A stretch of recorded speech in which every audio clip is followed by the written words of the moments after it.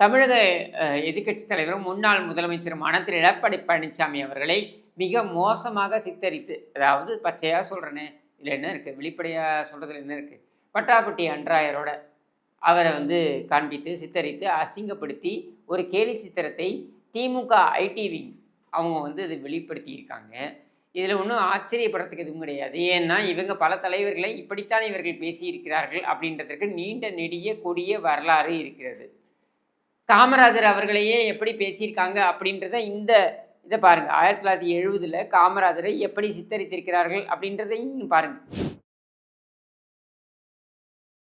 இப்படியெல்லாம் காமராஜரை சித்தரித்து, அசிங்கப்படுத்தி, அவமானப்படுத்தி, காமராஜர் மட்டும் கிடையாது, பல தலைவர்களை அவர்களை எல்லாம் அசிங்கப்படுத்துவது அப்படின்றது முரசொலி அப்படின்றது வாயிலாக திமுக அது கைவந்த கலையாக செய்து வந்திருக்கிறது. இன்னும் சொல்ல வேண்டுமென்றால், ஈவேரா எந்த ஈவேராவை தன்னுடைய கொள்கை ஆசானாக இவர்கள் சொன்னார்களோ, அதே ஈவேரா குறித்து 1949லிருந்து 67 வரைக்கும், இவர்கள் தேர்தலில் வெற்றி பெறும் வரைக்கும், இவர்கள் பேசிய வார்த்தைகள்லாம் அச்சில் ஏற்ற முடியாத வார்த்தைகள்.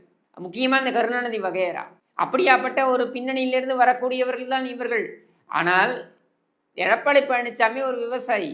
ஆனானப்பட்ட காமராஜரையே இவ்வளவு மோசமாக பேசக்கூடியவர்கள், ஒரு விவசாயி ஆட்சி அதிகாரத்துக்கு இவர்களுக்கு சவால் விடுகிறார் என்றால் சும்மா இருப்பாங்களா?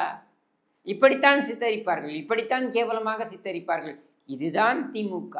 ஸ்டாலின் சொல்கிறார்ல, இதாண்டா திமுக. அதனாலும் சொல்கிறேன், இதுதாண்டா திமுக, இதுதான் திமுக. இப்படித்தான் கேவலமாக இவர்கள் பேசுவார்.